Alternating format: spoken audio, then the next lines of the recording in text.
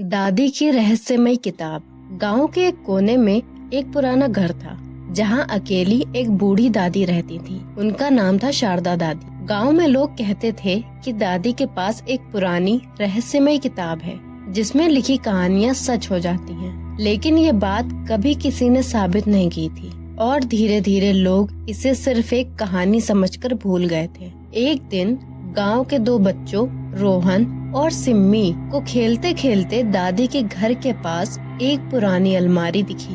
उनके जिज्ञासा बढ़ी और उन्होंने सोचा कि अंदर क्या हो सकता है। जब वो अंदर गए तो उन्होंने देखा कि दादी एक पुरानी किताब के पन्ने पलट रही थी। किताब के पन्ने सुनहरे थे और उस पर अजीब सी अक्षरों में कुछ लिखा हुआ था। रोहन बोला, सिम्मी देखो, ये वही किताब है जिसके बारे में लोग कहते हैं कि इसमें लिखी कहानियां सच हो जाती हैं। सिम्मी ने कहा, हमें यहाँ से चलना चाहिए, ये खतरनाक हो सकता है। लेकिन रोहन की जिज्ञासा इतनी बढ़ गई थी कि उसने दादी से पूछ ही लिया, दादी क्या ये वही किताब है? दादी ने हल्की सी मुस्कान दी और बोली, हाँ बेटा, ये वही किताब है, लेकिन इसका इस्तेमाल सोच समझकर करना होता है। इसमें लिखी हर कहानी सच हो जाती है, पर कहानी का अंत कैसा होगा वो तुम्हारी सोच और कर्म पर निर्भर करता है।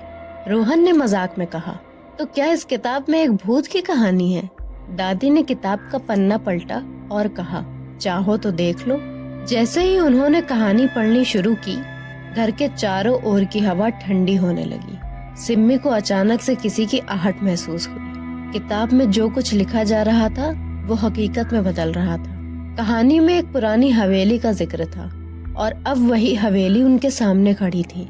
हवेली के अंदर से किसी की चीख सुनाई देने लगी। सिम्मी ने कहा, रोहन, हमें यहाँ से भागना चाहिए।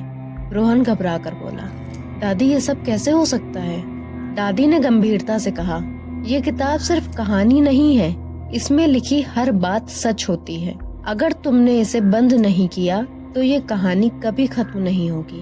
अब रोहन और सिम्मी की सांसें तेज हो रही थी। उन्हें समझ नहीं आ रहा था कि कैसे इस डरावनी कहानी से बाहर निकला जाए।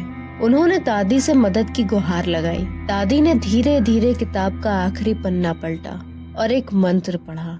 अचानक हवेली गायब हो गई और सब कुछ पहले जैसा हो गया। याद रखना बच्चों, हर कहानी का अंत तुम्हारे हाथों में होता है, दादी ने कहा। अगर तुम सही रास्ता चुनोगे तो अंत भी अच्छा ही होगा। रोहन और सिम्मी ने भी कभी दोबारा उस किताब की ओर देखने की हिम्मत नहीं की, लेकिन अब वो जान चुके थे कि हर कहानी में कुछ ना कुछ सीखने को होता है। दादी की रहस्यमय किताब ने उन्हें एक बात सिखाई कि कहानियां सिर्फ मनोरंजन नहीं होती, वो हमारी जिंदगी का आईना होती हैं। अगर हम सही फैसले लें तो हमारी कहानी का अंत हमेशा खुशहाल हो सकता है।